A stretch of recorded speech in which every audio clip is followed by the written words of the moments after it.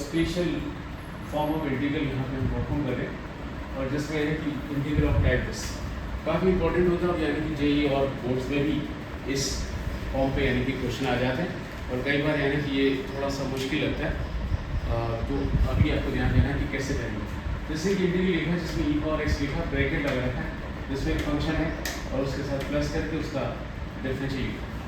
कभी कभी यानी कि फंक्शन का अगर डिफरेंशियल नेगेटिव आ रहा है तो यहाँ पे प्लस की जगह माइनस भी हो सकता है, ठीक है। पर ये श्योर है कि इस फंक्शन का डिफरेंशियल यहाँ पे साथ में लिखा होगा। ऐसा कोई जरूरी नहीं कि हमेशा यहाँ पे प्लस ही आएगा, क्योंकि कई बार डिफरेंशियल अगर माना कि नेगेटिव आया तो नेगेटिव हो सकता है। इस तरह की यानी कि फॉर्मेट के लिए आप इसको अलग कर दें, इसको अलग कर दें, दोनों को अलग कर लिया। ये जो इंटीग्रल है इसको आप I1 मान लीजिए और ये जो इंटीग्रल लिखा है उसको आप एज इट लिख दीजिए। आगे चल के यानी कि जो इंटीग्रल आपका I1 है जिसको आपने I1 माना है उसको लेके चलिए।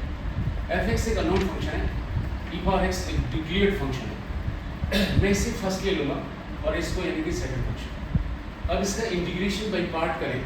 First function means you have to copy the first function and integral of second E power X का ई पावर एक्स हो जाएगा, फिर माइनस लगाना होता है, फर्स्ट फंक्शन का डिफरेंशियल लिखना होता है और इंटीग्रल ऑफ सेकंड यहाँ पे लिख दिया और एक इंटीग्रेशन लगा दें और साथ में डेट्स लिख दिया। यह कांस्टेंट इंटीग्रेशन सी लगा लिया।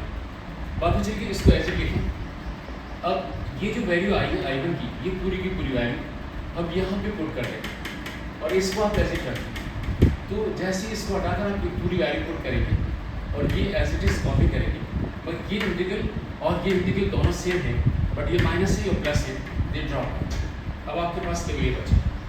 तो हमेशा इस तरह के इंटीग्रल में ये और ये कट जाएगा और उसमें एक ही इंटीग्रल करना होगा, एक को एज इट रखना जो कटे। इसमें अगर आप पूरा सॉल्व करेंगे तो भी ऐसा कर सकते हैं। जैसे इस तरह के क्वेश्चन को परफॉर्म करने के लिए एक एग्जाम्पल ले लें।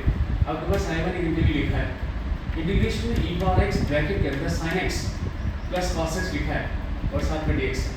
यहाँ भी सामने लग रहा है कि ये जो फंक्शन लिखा है वो आपका एफ एक्स है और इसका डिफरेंशियल बिकॉज साइन का डिफरेंशियल कॉस एक्स होता है, तो ये एफ एक्स और ये आपका एफ डैश एक्स है। तो जैसे उस फॉर्मेट के अकॉर्डिंग कि इसका यानी कि इंटीग्रल हमेशा e power x f x plus c होता है, तो मेरा एफ एक्स क्या है, यहाँ पे साइन एक्स है, तो मैं डेफिनेटली इस e power x sine x plus c लिख सकता हूँ, मेरा इंटीग्रल आ जाएगा। और हमने इस फॉर्मेट को यूज़ करते हैं। तो एग्जाम में आप सीधा इस फॉर्मेट को लिख कर के लिए इसको हमने यूज़ किया और इससे किया पसंद कर सकते हैं। तो कई बार स्टूडेंट अगर भूल जाता है, चूक जाता है, तो पूरा भी कर सकता है। इसको यहाँ पर और इसको यहाँ पे करके अलग अलग कर रहे हैं। फिर बताएं कि इसको आप एज इट रखें। इसका इंटीग्रल करें first function integration of second minus differential of first into the integral of second और इसको एज इट कॉपी कर लें। ये ड्रॉप आउट तो आपके पास ये बचा, तो मैं सीधा इनको कॉपी वही आ रहा है और ऐसा करेंगे ये दोनों ड्रॉप आउट हो जाए। आगे चल के इसमें डिफाइनिंग एक वेरी गुड क्वेश्चन, एग्जाम के लिए काफ़ी इंपॉर्टेंट लाइकली क्वेश्चन है और कई कंपटीशन में भी ये क्वेश्चन पूछा जाता है। ये x e power x 1 plus x whole square है।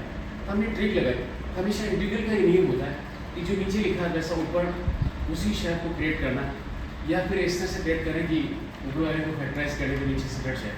तो उसी को देखते हुए हमने यहाँ पर एक्स की जगह एक्स प्लस 1 माइनस 1 किया। ये जो शेप है वो नीचे है उसको क्रिएट किया। अब इसके नीचे ये करते हैं, इसके नीचे ये अलग करके, तो ई पावर एक्स को फ्रंट में लिखा, इसको इसके नीचे लिखा, इसको इसके नीचे लिख के अलग अलग करके। अब हम देख पा रहे हैं कि ये जो लिखा है वो मेरा एफ एक्स है और इसका मैं डिफरेंशियल करूँ, क्योंकि हमेशा 1/x का डिफरेंशियल माइनस 1/x हो जाता है। तो मुझे क्लियर कट लग रहा है कि ये मेरा एफ एक्स है और ये मेरा एफ डैश एक्स है। मेरा आंसर हमेशा e power x f x होगा प्लस सी कांस्टेंट में इंटीग्रेशन लगाना होगा।